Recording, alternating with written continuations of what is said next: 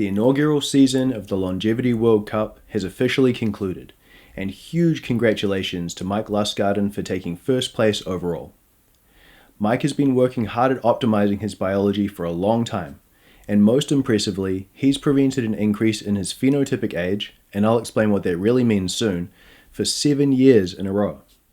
This is absolutely amazing, and he deserves the win. Another huge congratulations to Brian Johnson, who's on top of the Rejuvenation Olympics as we enter 2026. He puts a lot of time and effort into optimizing his biology as well, and has probably done more than anyone to popularize longevity. As we look towards the 2026 competitive season, let's answer some questions. What are biological age clocks really? How accurate is the biological age measurement used in the Longevity World Cup? How does the Longevity World Cup compare to similar competitions like Rejuvenation Olympics? What were my results from this season? And what can we look forward to in the 2026 season? Biological age clocks are not all created equal. In fact, I consider most of them untrustworthy, usually because they're offered by companies who develop them as products to make money from, and that usually prevents them from being vetted by the scientific community. This season, the Longevity World Cup used phenotypic age for its biological age calculation. It's often referred to as phenoage, but almost always when people say phenoage, they mean phenotypic age. Phenotypic age is the more accurate version of phenoage, also known as DNA methylation phenoage, which is the epigenetic clock developed by the same team. The authors state the phenotypic age measure used to select CpGs is a better predictor of morbidity and mortality outcomes than DNA methylation phenoage. Phenotypic age is probably the most widely used and respected biological age clock and is the benchmark that newer clocks test themselves against for a few reasons. It was developed by well-known scientists against relevant fields like Steve Horvath, Luigi Ferrucci, Morgan Levine, Brian H. Chen, and more. It was peer-reviewed by and published in the respected journal Aging. It was trained on the NHANES 3 database, which is a representative sample of the US population, using complete data on 42 biomarkers from 9,926 adults over 23 years, and was further validated against the NHANES 4 database. Despite its high level of accuracy, 96% with its own dataset, and complexity, it is simple to calculate and can be done using regular blood test results from any lab in the world. Its source is completely open for everyone, which brings all the usual benefits of open source, including a constant peer review process and assurance that the results were not financially motivated. Contrary to popular belief, most biological age clocks do not attempt to tell you your biological age at all. They are trained on mortality data, meaning that if you get a biological age of 40, what that really means is that your biomarkers, usually from blood, sometimes saliva, are correlated with a similar mortality risk of the average person who is 40. In fact, Jan Gruber, author of biological age clocks like Lineage 2 and Dolly Clock, as well as over 800 publications on PubMed, advocates for reframing biological age as risk-equivalent age in an article published in Nature Aging. I sometimes think it would be even better to take it a step further and decouple the concept from age completely, and instead label them as mortality risk indices, where you would convey the same information with a number from, say, 0 to 100 instead of an age. That would feel more honest and transparent to me, but it's also fun to have things like a pace of aging, so I get why people like pretending that biological age is a thing. Phenotypic age is highly correlated with mortality and functional outcomes. The correlation is so strong that increasing phenotypic age by only 1 year is associated with the following: a 9% increase in all-cause mortality risk, a 10% increase in the risk of cardiovascular disease mortality, a 9% increase in the risk of aging-related disease mortality, a 7% increase in the risk of cancer mortality, a 20% increase in the risk of diabetes mortality, and a 9% increase in the risk of chronic lower respiratory disease mortality. In terms of accuracy, interestingly, we do not want a biological aging clock to have an accuracy with age of 100%. As the authors of 7Age state, It is essential to emphasize that a perfect score would be meaningless in the context of biological aging, as it would indicate a model that solely predicts chronological age without capturing any biological variation. If a model predicted only the mean age value for all samples, i.e. a flat line without variance, and were corrected with our method, it would yield an artificially perfect chronological age model and consequently lack the critical biological information necessary for meaningful interpretation. As far as I'm aware, these are the only two active longevity leaderboards. Despite the similar concept, there are major differences between the two leaderboards, so let's compare them. In addition to that basic comparison, one difference between epigenetic tests and regular blood tests is a lack of actionable data from an epigenetic test. When you get the usual blood test, it's possible to figure out, or have an expert figure out, how to optimize the weak points and come back stronger next time.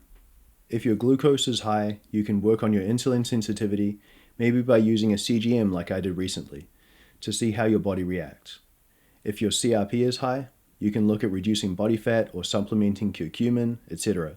There are endless ways to make the blood test numbers meaningfully move in the right direction and therefore reduce your mortality risk. With an epigenetic test, the same can't be said. Epigenetic changes are likely to be more downstream.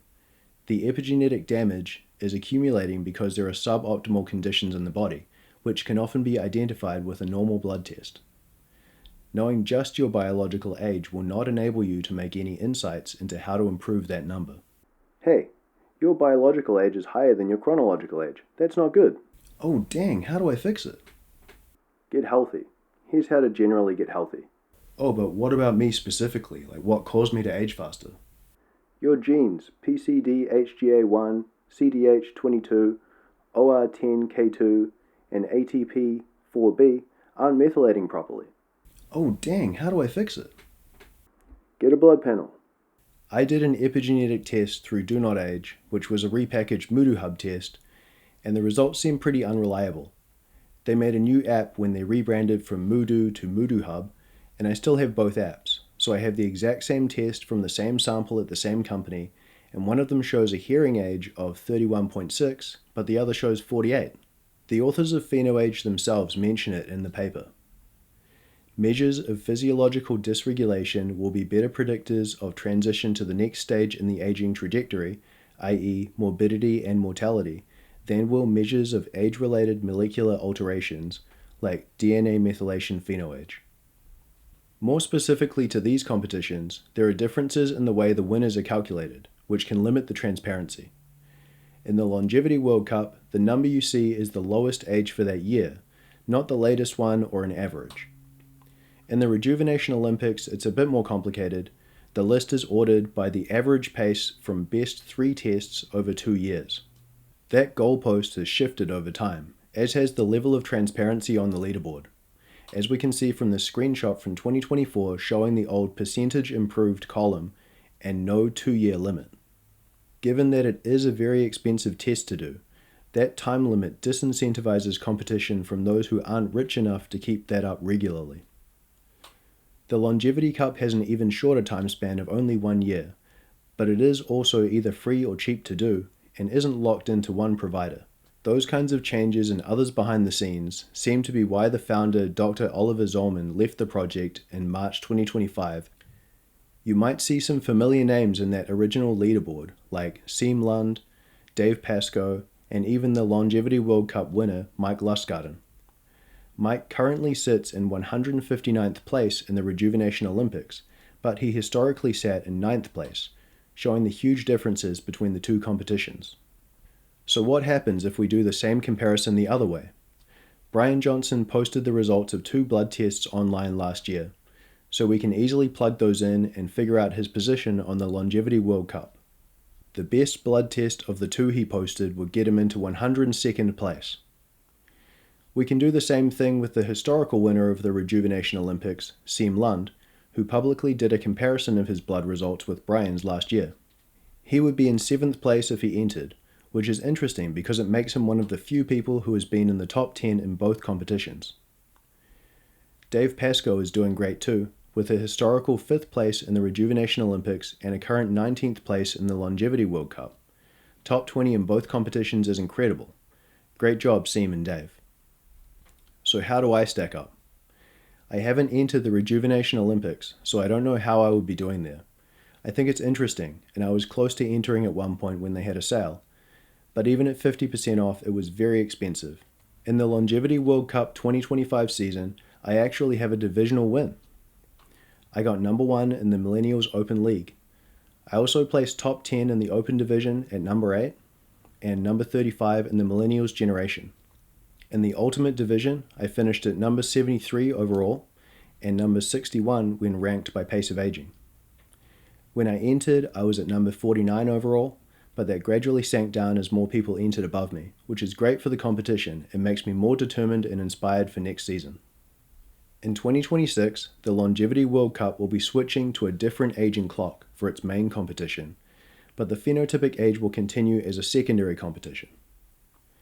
Will the new one be BORTS, which is claimed to have an 11% relative increase in predictive value over pheno age? Or could it be Lineage 2, which is much more comprehensive? Or could it be 7-age, which is notable for not taking a chronological age as an input? Or will it be something else entirely? In addition to being a competitor in the Longevity World Cup, I'm also a contributor. Adam and the team have been incredibly friendly and welcoming, and really want the community to thrive. So in 2026, I'll continue to be a part of its development, and I'm really excited to see where it goes. This is only the beginning. I hope this article has demystified biological aging for you, and provided some useful information about the competitions. I want to finish up with some questions for you. Do you know of any other active longevity competitions? What do you think about these two? And most importantly, will anyone end Mike Lustgarten or Brian Johnson's reign in 2026? It could be you.